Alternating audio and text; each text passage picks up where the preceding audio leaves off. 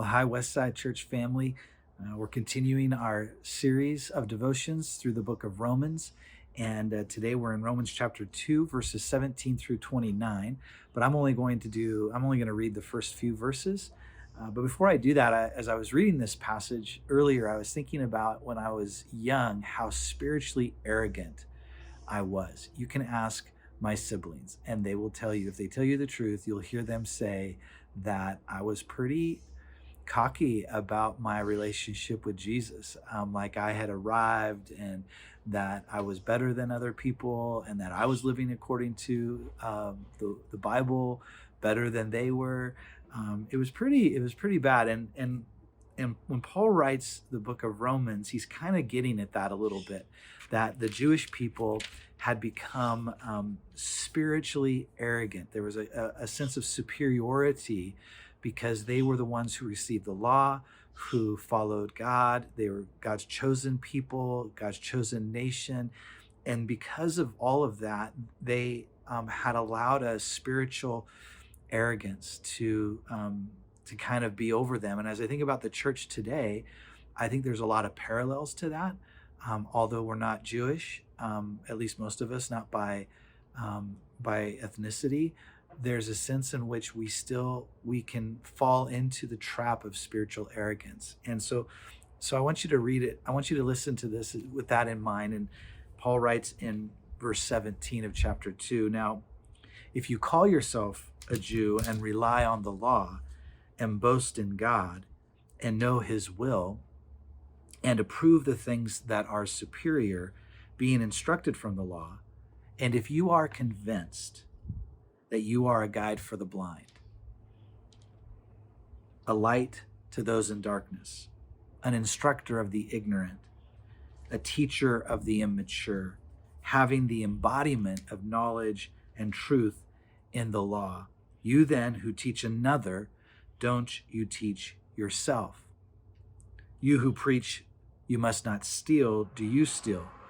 You who say you must not commit adultery, do you commit adultery? You who detest idols, do you rob their temples? You who boast in the law, do you dishonor God by breaking the law?" And so what Paul is talking about here is this idea that, think about that. Do you believe as a Christian, because of what you know about God, because of how you try to live a moral life, because of your value system, do you believe that you are to convince, that you are a guide for the blind, that you are an instructor for the ignorant, that you are a light to those who are in darkness? It's subtle, but it's this arrogance, this like I am a representative of the Savior, and so I need to look better and act better and be better than the people around me. And what happens when we do this, when we kind of put ourselves above others, what happens, and what Paul writes in verse 24, "For as it is written, the name of God is blasphemed among the Gentiles because of you." The sense that those who are spiritually arrogant, who lord it over others, their morality and their privilege and their rights as Christ followers, when we lord that over others, when we put ourselves above others, what happens is that the name of God for whom we serve is blasphemed. In other words, people stop believing in God because of us. They leave the church because of us. They give up on God because of us. And Paul's trying to break this in the church in Rome. This moral superiority, this spiritual arrogance.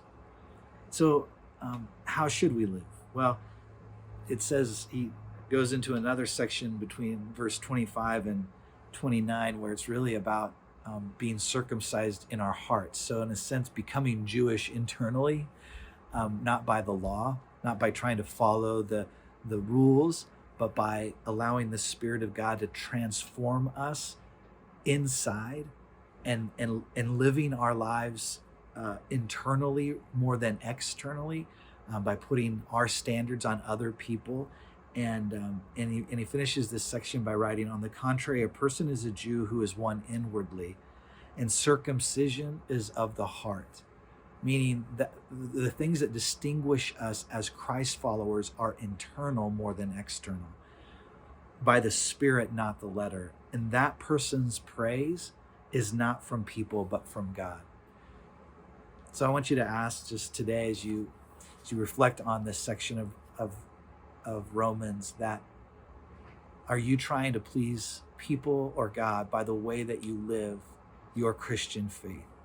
Are you trying to be kind of moral superior, better than, or are you humbly living your faith and your morality before God, wanting to please Him?